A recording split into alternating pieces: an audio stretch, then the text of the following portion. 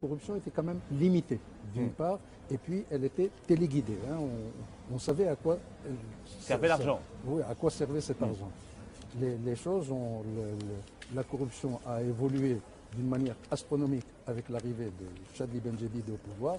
Et alors, avec l'arrivée de Bouteflika, alors ça a explosé. Maintenant, c'est tout le monde hein, qui Qu'est-ce qui change avec l'arrivée de Bouteflika? Quand il arrive au pouvoir en 1999, bon, comme tous les présidents algériens, hein, il a été nommé par l'armée. C'est l'armée qui l'a choisi, ce sont des généraux qui l'ont nommé. Sauf que, évidemment, on nomme un président, mais c'est un président de façade. Hein, c'est une marionnette que l'on met là et il a des pouvoirs, mais il a des lignes rouges à ne pas franchir.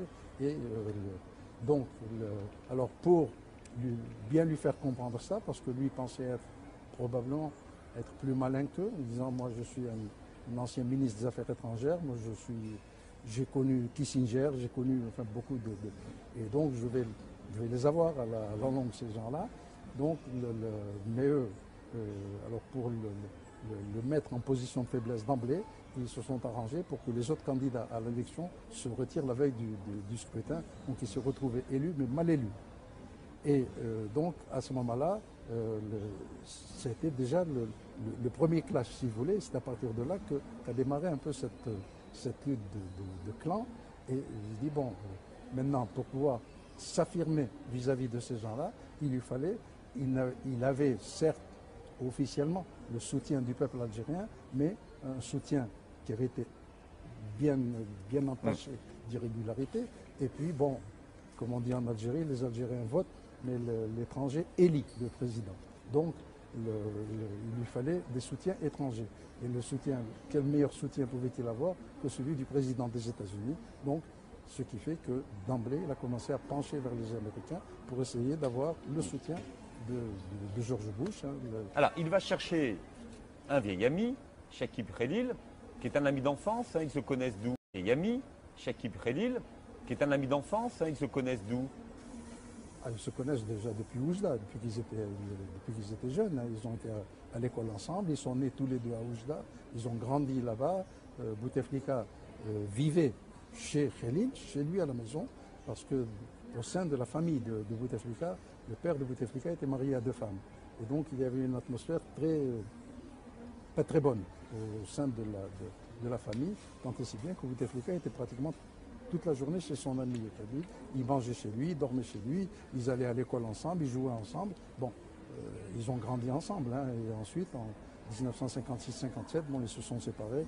L'un est allé faire des études aux États-Unis, l'autre a rejoint la Wilaya 5, donc l'armée de libération nationale.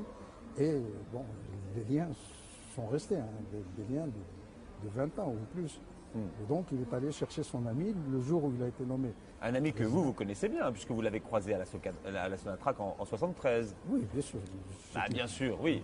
Vous avez travaillé avec lui. Enfin, quand Chakib Khalil est arrivé à la Sonatrach en 1973, c'est la première fois qu'il mettait les pieds en Algérie d'abord. Hein. Il est de parents algériens, mais il avait de tout temps vécu au Maroc. Quand il a quitté le Maroc, c'est pour aller faire des études aux États-Unis. Il a obtenu un diplôme d'ingénieur et même un PhD, un doctorat aux États-Unis. Il a ensuite travaillé dans une entreprise américaine. Il n'a pas pensé venir en Algérie.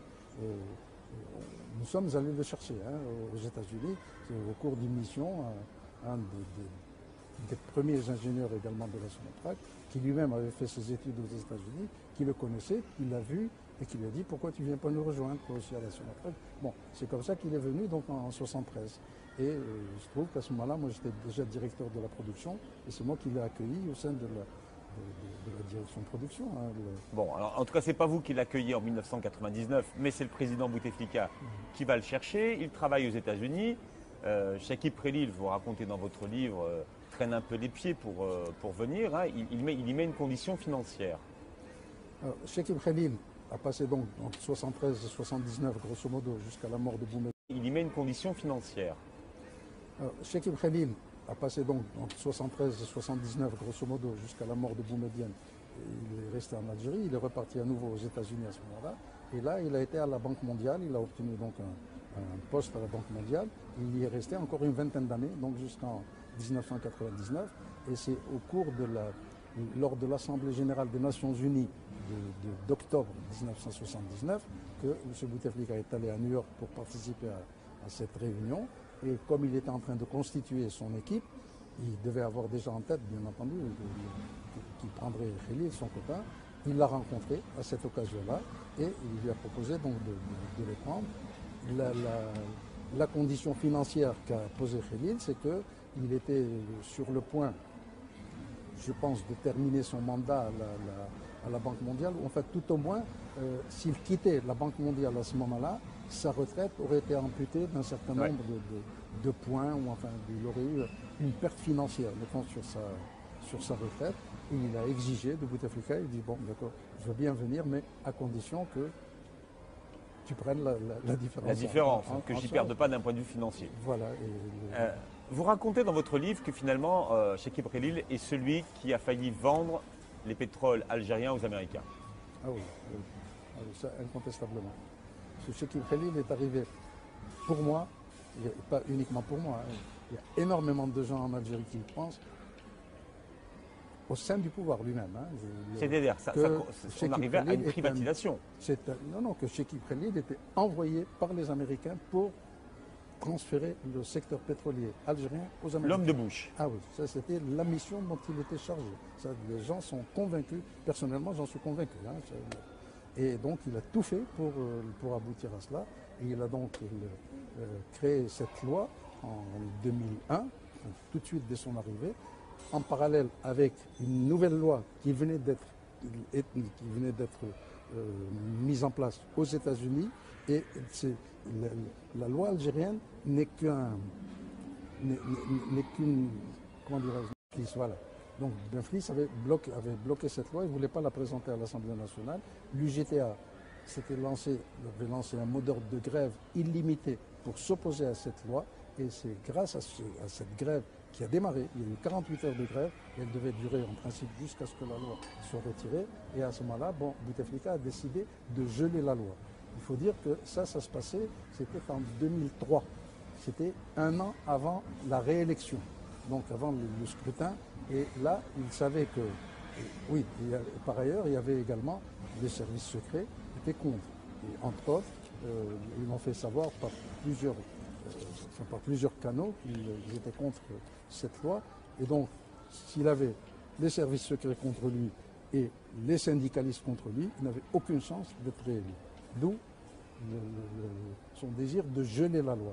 Donc il l'a gelée, mais dès le lendemain de sa réélection, quelques mois après, il a remis la loi sur le tapis et là, la loi a été votée.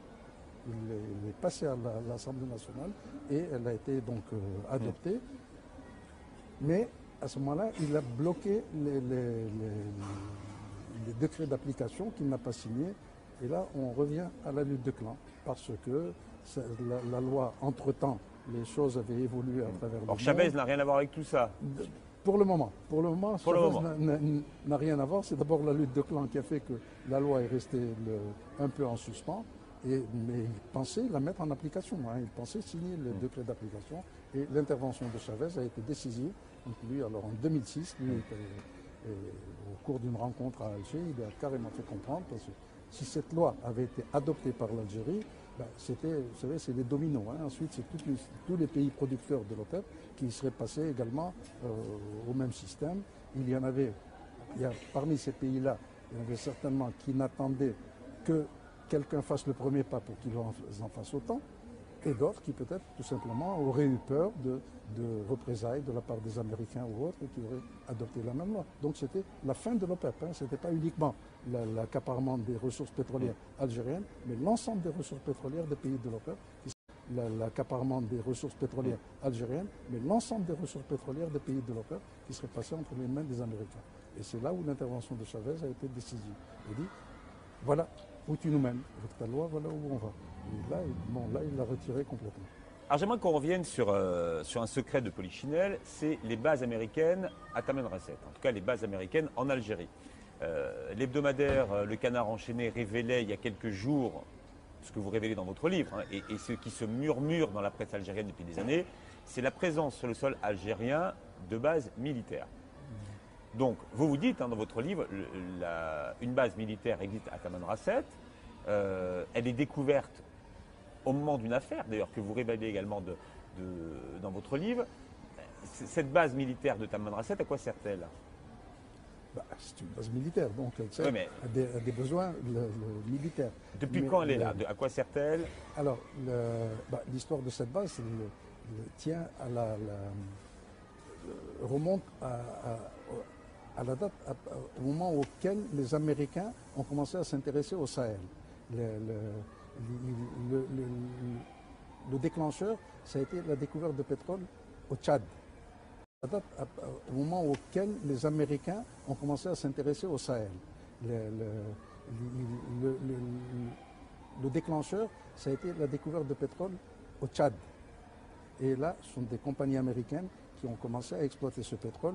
Et donc, auparavant, il y avait le Nigeria, il y avait le Cameroun qui a un peu de pétrole, l'Algérie, la Libye, mais qui n'était pas, la Libye en particulier, qui n'avait pas de bonnes relations avec les États-Unis. L'Algérie, il y avait cette histoire de loi qui faisait que bon, ça balançait entre oui, je t'aime, moi non plus. Et puis, il y a eu donc la découverte de pétrole au Tchad et il y a eu également des compagnies pétrolières qui ont intervenu au Ghana, des compagnies pétrolières américaines. Enfin bref, tout ceci pour dire que les intérêts pétroliers américains sont devenus très importants. Et donc les Américains ont voulu intervenir dans le Sahel. Ça rentrait complètement dans le cadre de la politique de George Bush, qui lui, l'essentiel des actions qu'il a enclenchées durant sa présidence sont des actions basées précisément sur la recherche des sources d'énergie et la recherche du pétrole. Il y a eu la guerre en Afghanistan, la guerre en Irak, etc. Enfin, toute une série de choses. Et donc le Sahel. Alors, à partir du moment où l'armée américaine voulait s'installer dans le Sahel, il leur fallait des bases. Ils ont sollicité les Algériens, qui ont dit d'accord, et qui se sont mis à réaliser une base à Tamanrasset par l'intermédiaire d'une compagnie algéro-américaine. Ce qui fait elle-même filiale d'une autre compagnie. Halliburton, dont le président était Dick Cheney, vice-président des États-Unis. Donc les choses se passaient en famille, je dirais, entre d'un côté des Américains et de l'autre côté les Algériens qui étaient enclins, disposés à leur accorder donc cette base. Et donc cette base a été construite par BRC, donc la compagnie algéro-américaine. Elle a sous-traité un certain nombre de choses à des entreprises canadiennes, etc. Et les gens sur place le savent, les gens de Tamanrasset. Aujourd'hui, cette compagnie n'existe plus. BRC a été dissoute après ça. Elle a été dissoute en 2007, précisément à la suite, entre autres, de ce scandale. Alors là aussi, on rentre encore une fois dans le déclin. D'un côté, on révèle qu'il y a une base qui a été créée. De l'autre côté, alors pour se venger, l'autre côté révèle qu'on a acheté ce que l'on a appelé des mallettes de commandement chez les Américains, des sortes d'ordinateurs super sophistiqués dans des mallettes dont disposaient tous les officiers supérieurs de l'armée algérienne, tant et si bien que tous les secrets de l'armée algérienne étaient entre les mains de la CIA, etc. Enfin bref, il y a eu toute une série de choses qui ont fait que alors des deux côtés, et du côté du DRS et du côté du président, ils ont dit il vaut mieux que l'on calme le jeu, on ne parle plus de cette base. Et en tout cas, la base existe toujours aujourd'hui, toujours active. La base existe, elle n'est plus officiellement, enfin même à l'époque, officiellement, elle n'était pas une base américaine, elle était mise à disposition de l'armée américaine. Est-ce qu'il y a encore des troupes américaines aujourd'hui? Je ne sais pas s'il y a des troupes américaines. Il y a peut-être des troupes qui passent éventuellement, parce qu'ils ont des droits d'atterrissage, ça c'est certain. Il y a d'autres bases américaines aux États-Unis aujourd'hui, en Algérie aujourd'hui? Pas à ma connaissance. Je crois que c'est la seule. Et elle n'est plus à disposition. À l'époque, c'était carrément une base pour l'armée américaine. Une base, certes, officiellement algérienne. On ne pouvait pas décemment, on ne pouvait pas leur accorder même le titre de propriété de la base, mais la jouissance, oui, elle est totalement à disposition de... Alors, une question qui reste sans réponse dans votre livre. Boudiaf, le président Boudiaf, a été assassiné à cause du pétrole? Pas à cause du pétrole. À cause d'intérêts liés au pétrole, selon vous? Surtout à cause... Oui. On peut dire ça à la limite. Parce que la raison essentielle, c'est parce qu'il a commencé à essayer d'enquêter sur les fortunes accumulées par des gens qu'il avait ramenés au pouvoir, c'est-à-dire le groupe des généraux janvieristes, comme on les appelle, ceux qui ont fait le coup d'État de janvier 92. Et il a commencé à enquêter, il a délégué des hommes à lui qui enquêtaient en dehors de tout circuit officiel. Et c'est quand ils se sont aperçus, bon, ils disent, ce président devient trop dangereux pour nous, donc il faut qu'on s'en débarrasse. Alors cet argent du pétrole algérien dont on parle de milliards de dollars. Est-ce qu'on sait vraiment combien est-ce qu'il rapporte par an aujourd'hui? Aujourd'hui, grosso modo, une cinquantaine de milliards par an. Voilà, quelles sont à peu près les recettes de l'Algérie. Sur voilà, un ordre de grandeur, c'est ça. Qu'est-ce qu'il vous reste, vous, qui avez été un des pionniers de cette aventure pétrolière algérienne? De l'amertume, certainement. Oui. Beaucoup d'amertume, de voir comment les choses ne sont pas gérées d'abord et avant tout, et de voir qu'est-ce qui a été fait de ce pétrole.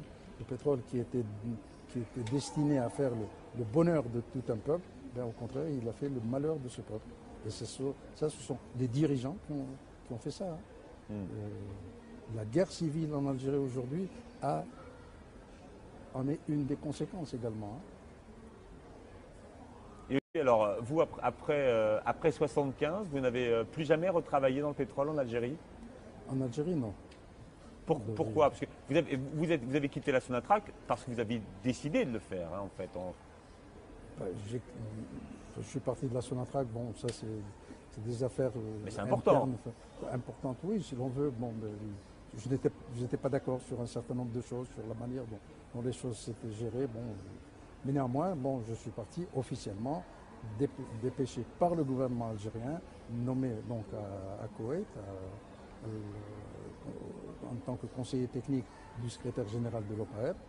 Officiellement, hein, j'ai été nommé ensuite directeur général d'une compagnie, donc l'Arab Petroleum Services Company, qui est une grosse compagnie créée par les pays producteurs, les pays arabes producteurs de pétrole. Donc il y avait 10 pays qui étaient actionnaires de cette compagnie qui avait un capital de 300 millions de dollars. Et j'ai été nommé directeur général en tant que candidat de l'Algérie à ce poste-là. Bon, j'ai fait un mandat de 5 ans au sein de cette compagnie. Et puis en 1982, c'était terminé, je suis rentré chez moi. Entre-temps, il y avait eu un changement de régime. Et bon, le ministre de l'époque ne voulait pas entendre parler de tous les gens qui avaient été dans le secteur. Il avait déjà limogé tout un tas de gens. Il s'était débarrassé de tous ceux qui avaient travaillé dans le secteur avant lui. Il n'en voulait pas. J'ai cherché à revenir à la Sonatrach, on m'a dit non. J'ai cherché à revenir au ministère de l'Énergie, on m'a dit non. Bon, mais, tant pis. Voilà, et aujourd'hui, vous racontez vos souvenirs. Histoire secrète du pétrole algérien aux éditions La Découverte. Vous avez tout dit dans ce livre? Est-ce que vous vous êtes censuré? Non. Je n'ai pas cité de noms. Mon travail, ce n'est pas de citer des noms. Je sais un certain nombre de choses, je n'ai pas dit, mais je ne veux pas citer de personnes, de noms de personnes. Voilà. Pas de procès nominatif. Non, ça, ce genre de choses, je ne le fais pas. Je ne suis pas un délateur. Merci. سنة 63 ولا زلت حين ذاك وزير الشبيبة والرياضة. قرار الأخ الرئيس أحمد بن بلة أن يكلفني برئاسة الوفد الجزائري في مفاوضات لتوضيح المفاهيم التي اتفقنا عليها في إفيون. وجاء موضوع القواعد وطلب مني الوفد الفرنسي على أن أمضي معه اتفاقية كراء قواعد. رفضت حين ذاك أن أمضي على الاتفاقية التي كانت ترسخ قواعد الأجنبية الموجودة حين ذاك، وكانت موجودة في اتفاقية إفيون. فسئلت من طرف الفرنسيين: هل أنت مع اتفاقيات إفيون أم ضد اتفاقية إفيون؟ قلت أنا مع اتفاقية إفيون. وكيف ترفض أموالا لكم تأتيكم من كراء هذه القواعد؟ فقلت لأن في إفيون كنا حركة تحرير، والآن أمامكم أمثل بلدا مستقلا عضو في الأمم المتحدة. لن أتساوم معكم ولا مع غيركم بالسيادة الوطنية ولا بشبر منها.